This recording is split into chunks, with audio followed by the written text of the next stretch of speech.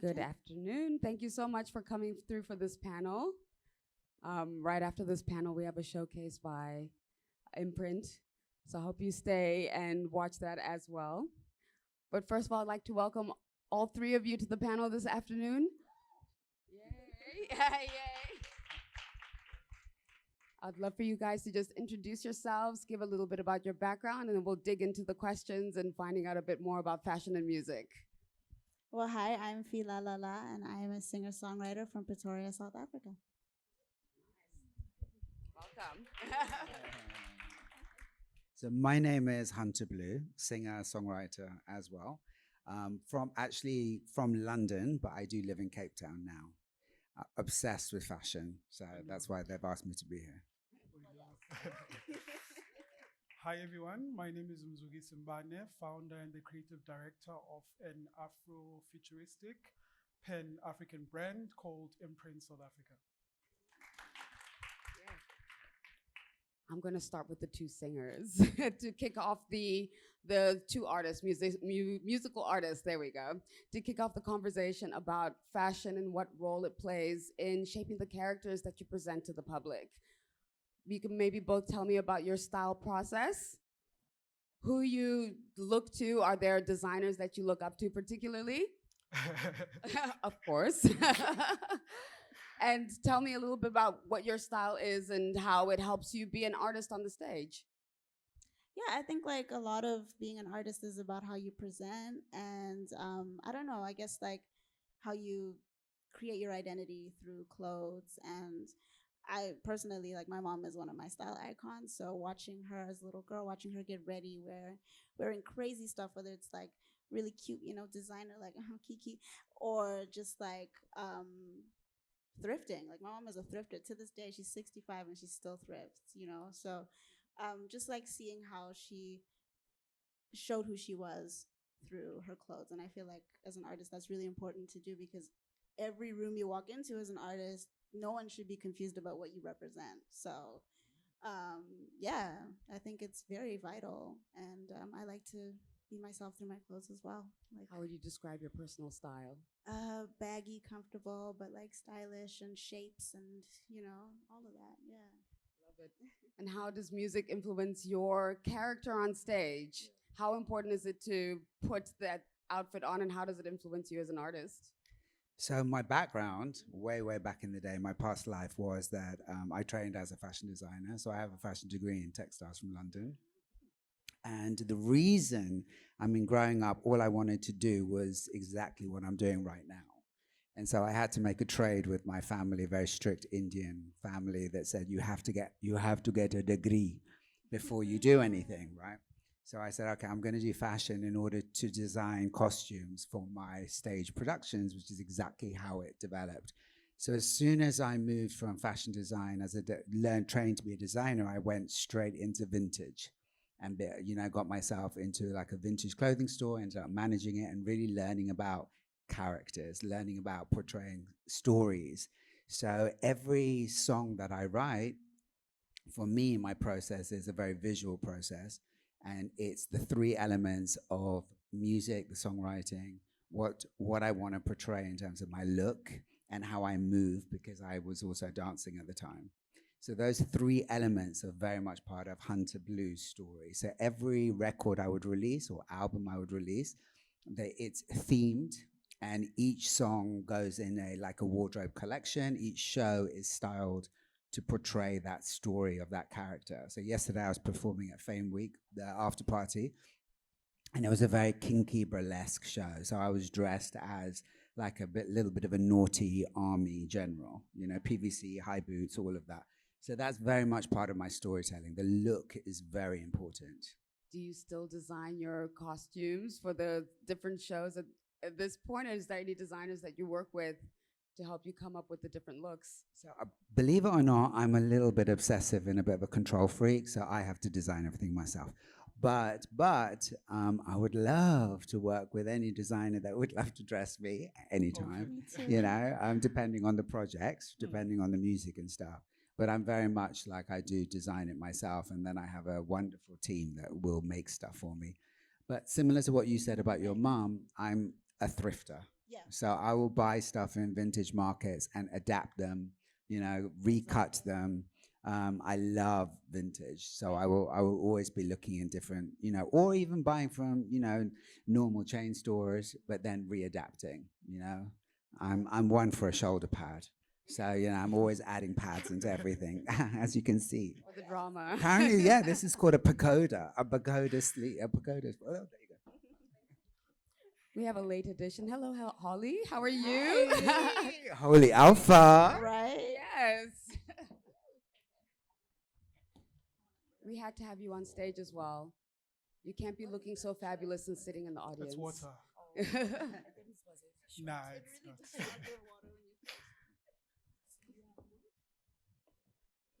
You have a mic. I'll let you catch your breath and I'll move on to Mzu meanwhile. You have a very distinctive style. And I've also seen you dress a lot of celebrities on stage for their concerts. Could you name maybe some memorable people that you've dressed and what the process is like dressing someone who's going on stage versus a showcase? It's we're actually talking about this now. Funny enough, I think the most memorable is Jadena. When I got to work with him, I think more than anything, it was just the energy. You know, when you meet an artist and an artist at his level, how we sort of like gelled. He legit fell in love with the brand.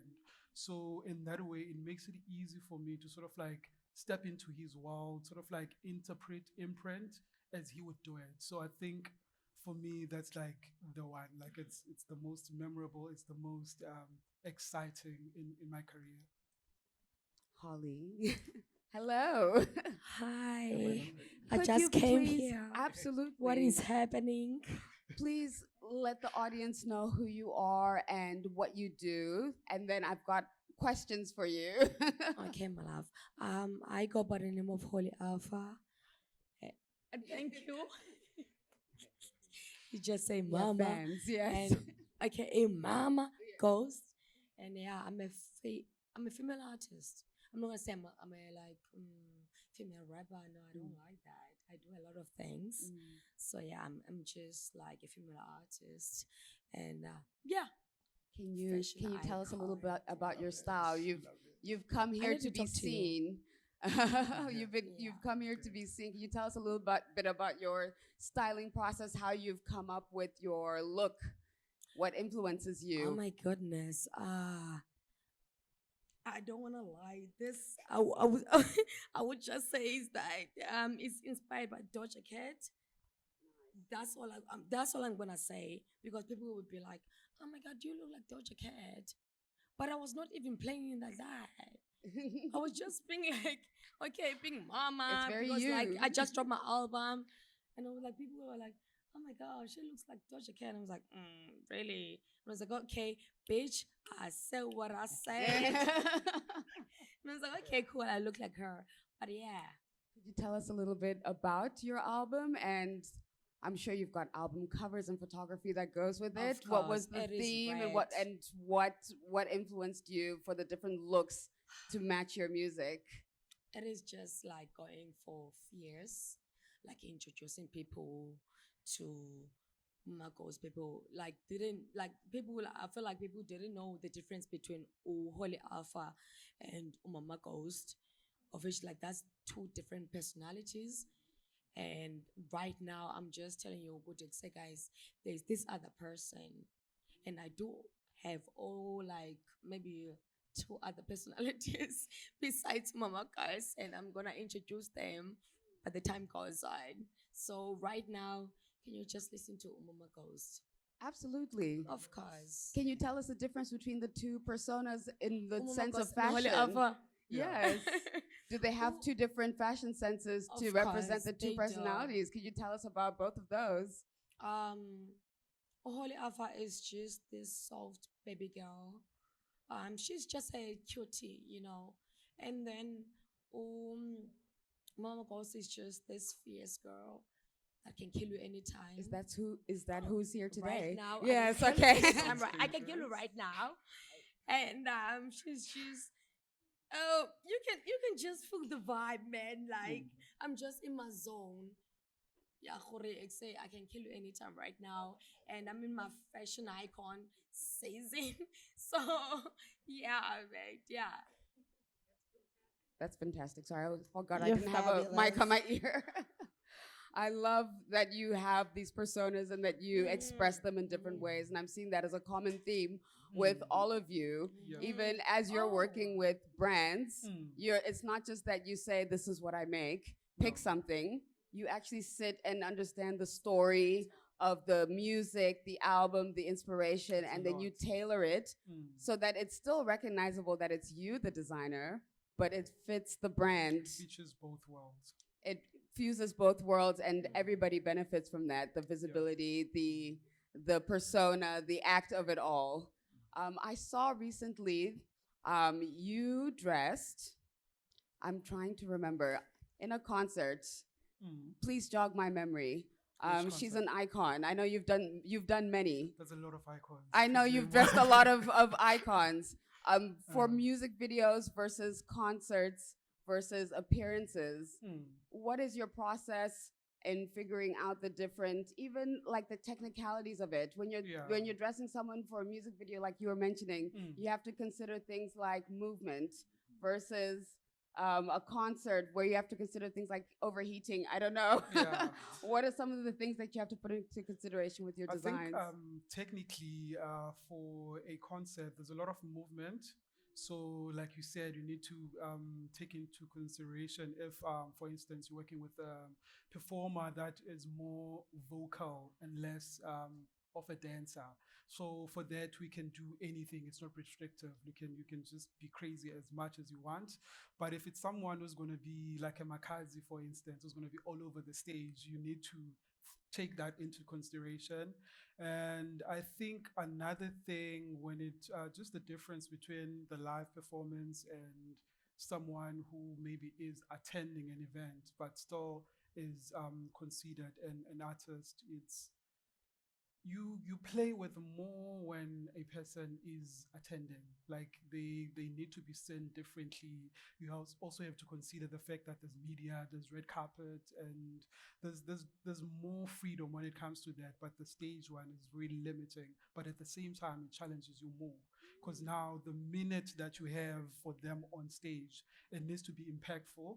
It needs to have the right amount of color that is it's captured easy also in movement because also we never a lot of people don't think of how it translates for instance you this is a beautiful look but what happens when you're now 10 and so you also need to think of all those elements, and people are spiteful. There's a lot of people who just want you as an artist on stage just to capture the moment where you look wrong, and that becomes my responsibility. That becomes your responsibility. Yeah. It falls back on you. Oh my goodness, Yeah. that's a lot of pressure. It's a lot of pressure. Do you like working with people who are on stage? It's a plus and a minus. Like there's benefits to it because now when they're on stage, it's maximum exposure. Even people that don't want to look at it, they'll get to see it anyway. But also again, the negative is that what if it looks wrong? There's also a lot of eyes that sees that it's actually wrong. That's so true. The Yeah. fall it could either go incredibly right, and if when it goes wrong, it goes incredibly wrong. Just because the sheer amount of eyes Yep. looking on there. That's a really interesting. Can I add to that? Please do add to that. Yes. So the amount of preparation never prepares for what happens on stage. So yesterday I have dancers and I've curated their looks and they're wearing necklaces and we've practiced them dancing in necklaces, we've practiced the earrings, we've practiced everything. And yet the necklace fell down. And immediately my best friend who's in the audience afterwards comes up to me and goes, one of the dancers didn't have the necklace on. And I'm like, come on, it was just there. So he didn't remember the whole thing. He just remembers the thing that wasn't on one of the dancers and was checking with me if that was the look. And I was like, so you really have to, I get what you're saying. Yeah, it's a lot. And I've heard that in the couture world, especially for big red carpets like the Yeah. Met Gala, the designers will do a 360 photo of the outfit from every single angle in order to know how the press are going to capture every part of the look. Because, for example, like a Doja Cat, if she's on the, a red carpet and she's shot in a way that, the zip might be sticking out a little bit, everyone will just focus and troll that zip, right? So it's a tough job, darling. It's a tough job you But got. the win is also big. It's a tough job, yeah. And when you work with designers, what kind of a relationship are you like? What are you looking for? Traits that will allow you to trust them with your stage, basically. What is the perfect scenario with a designer for you? What do you look for? I don't know if the perfect scenario exists. I think like there's a lot of ideas going around all the time, and they can think something is super fabulous, and then I could be like, okay, but like when I do this particular move right here, when I hit that 360, it may not look as fabulous, or even feel as fabulous. And I feel like stage is a place where yes, like you want to look absolutely amazing, but there has to be a level of comfort there. Because anything can anything can turn a good performance into a bad one, and even just you be feeling uncomfortable in something, even a safety pin in your armpit, like anything, you know what I mean? Like just something random like that can throw your entire thing off. And so I just look for like, okay, where are we aligning here? What can we do that's like really pretty and practical? Because I also make decisions on stage that I may not be making in rehearsal. So yeah, I just look for that practicality, but just like obviously beautiful in fashion, and yeah, I'm fabulous. sure personality also has to gel. Definitely. Yeah, for sure. Is there anyone in particular that you do love working with, and what's their process? Do different designers have different processes, and Yeah, you they have to do. adapt, or do the designers tend to adapt to you guys? I mean, I guess it ebbs and flows. Like I love working with Sia Baba Atelier. Like they're a personal friend of mine as well. And Sia has big ideas. Like Sia always wants to do the Huge biggest ideas, I thing. know. Like we all know this. Yes, big Right. ideas. So, sometimes I'm like, okay, we need to hone it in a little bit in this particular, just because, I'm going to be moving, like sometimes something is so beautiful in its stillness. And then you have to sort of remind that, okay, we're going to be moving in this. So, but honestly, most of the time we're aligned. Most of the time our brains are like, yes, exactly. I'm with you. This is what we're doing. Is there anyone that you particularly would like to work with in future, apart Me. from Imprint, Hunter? Just say it's me, babe, because I'm here next to you. Yeah, I'm looking at you. You know what's there are up. so many people I would love to work with, so many. So, but they have to. Being a Virgo, I'm a little bit of a freak like that. I'm also a Virgo. So, Yes. and I would say my style is definitely maximalist rather than minimalist, right? So I am more or less as a bore and full glamour, right? So give me the jewels, give me the, the extravagance. But I would love to work with anybody that would love to work with me, because it's it's the experience of that. Yeah, it's the experience of creating together, and I have to say I've been on a long journey, right? So, being trained, was being in fashion and learning about fashion.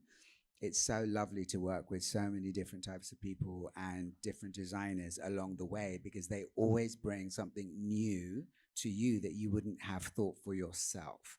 And I think my biggest lesson, being a control freak, is to allow room for someone to see me in a different light. So yeah, I'd love to, but for now, I've been very much hands-on. Yes. I can see that in your personality. It's a good thing.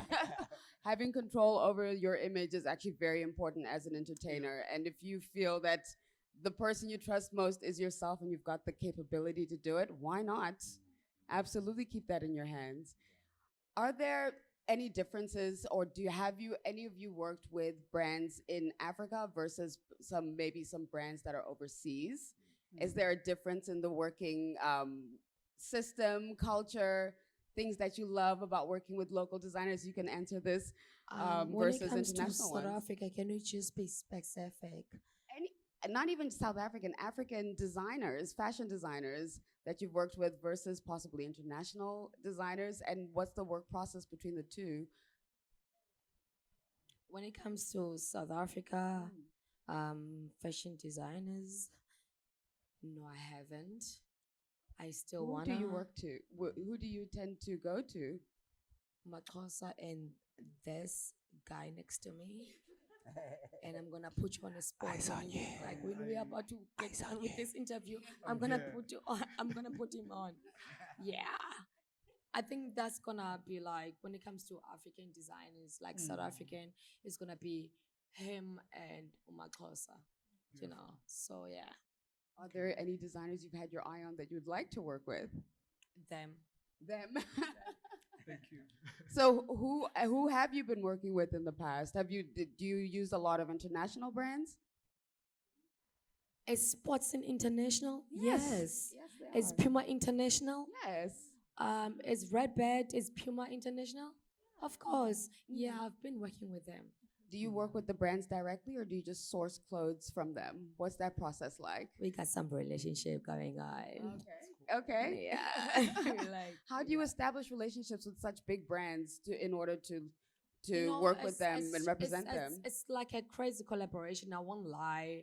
When you got a selling music, it's just gonna be easy like that. You know. So it's just like that. I was like, okay, cool.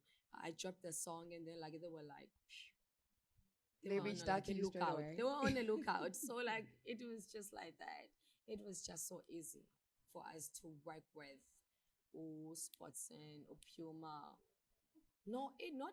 I even entered a competition when it comes to Puma because I wanted the Puma to be mine. You know, but yeah, whatever happens, it happens. We have a lovely audience. I'd like to open the floor up for any questions. If anyone has questions for any of the panelists, this is a great opportunity, a rare opportunity. If anyone, yes, please do. Thank you so much. Good day, everyone. My name is Sylvia Mama. I am a broadcaster, a television presenter from Cape Town. My question is, firstly, Umzugisi, I just want to compliment you and commend you on the great work that you're doing. You've certainly put Ikapa on the map, and we've been watching you for the longest time, and we applaud you for that. Siyabulela mntasekhaya. Because you know how tough it is for us to make it out as creatives and artists in the Cape Town scene and space, especially for people of our skin color, if I may say. With that being said, Mzugisi, sisazama ke mntasekhaya kusenzima. I just want to know from you, are you open to collaborating with upcoming talent in the city? Uyakhumbula mos bayasinayo imali. Uyayazi bana nto leyo. Yeah. So, in terms of your brand and growing your brand, and also just giving back to your community and your people, are there any plans in the future to do any projects in terms of just uplifting and providing a space? Yes, I do, because ikhona into endiyenzayo ke mntasekhaya because ngumbuzo osuka kuwe lo because andizawuthi isiXhosa mntasekhaya. Okay, uzaphendula Alpha, then uzaphendula Mzugisi. Okay. So, Mamela, my love, I am doing high school inversion, right? So I am open to do collaborations when it comes to like upcoming artists because there are so great people out there like Abandu they don't even see outside. Yeah, but so whatever on whatever on Tingakona, whatever on Tingakona, just hit me up, yeah, but then I'm gonna listen to your music and then we're gonna talk after that. Yeah, but I like you otherwise. The Bone Izola, I did see you yesterday. I remember you. Yeah, Engos, thank you. One thing about me, I think because you follow my work and the stories that I tell, I never wanted the brand to be out of reach. Hence, I always connected to where I come from. The journey is always visible and always transparent. And I think in the decision that I made, because we had a collab last year with Makam, and a lot of our clients, a lot of people were like, why would you want to be a premium brand and then connect yourself with Makam? My thing was, I got exposure to fashion at the time where I was raised by a single mom, Mikhailicha, and we couldn't afford certain things. So I wanted my brand to be it reach for the people that come from the same space that have come from. I don't want to be going around preaching, oh, I come from a Kailicha, I've built my brand, I tell African stories, and I don't have any link that connects people to the stories that I tell in a way that they can say, this is also something that I own. So I think with that narrative and just looking at that behavior, you can tell that I am open to working with young designers, working with models. Like a lot of the faces that get to be seen with the brands are young models from Cape Town. Like I always put my people on. Even for that Makam campaign, they were very intentional because they've done it before. They know their procedure, they know the models that they work with and the agencies, but I told them that for my campaign, it's gonna be the faces that started with the brand and they were paid nothing. If I'm getting to have an opportunity to now make a lot of money and they get to be employed, why not employ them? So I've always made sure that, yeah.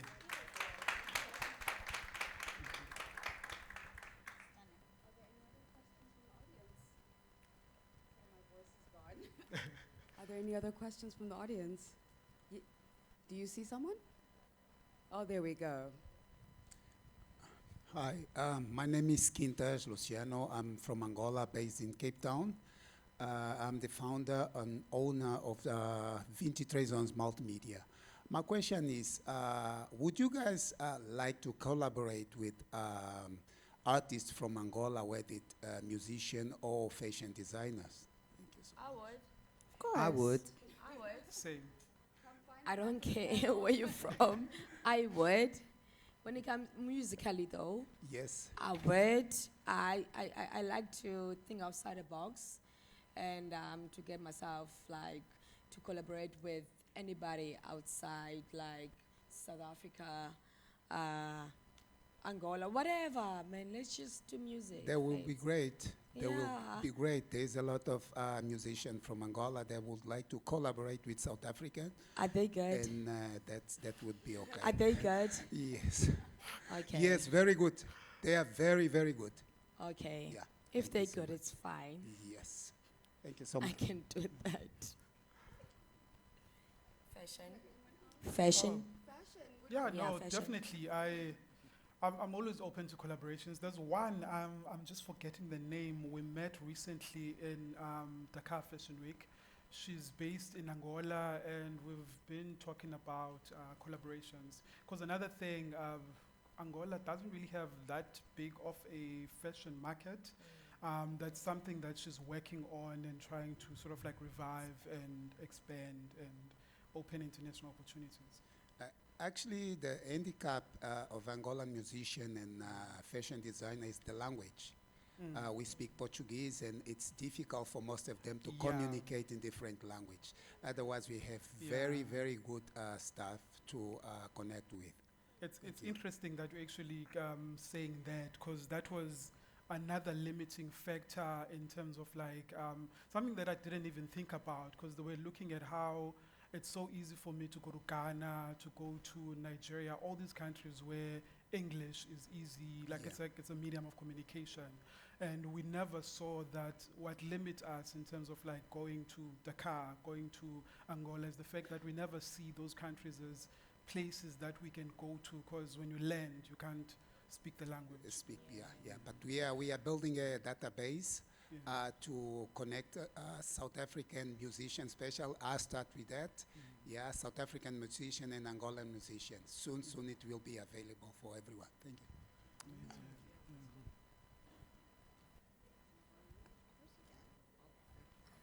I'd like to thank all of you. I would like to just have a final word from our musicians, but before they speak, I'd like to thank Mzu that he's come onto this panel, and I'd like to kindly ask him to go backstage. Please stay seated because he's going to be preparing for his showcase with us. Please give him a round of applause. Thank you, Alex. Thank you. He'll be back in 5 minutes, and we've got a fabulous video that we shot in his studio in Johannesburg Cool. that we're Let's going to line play up. first.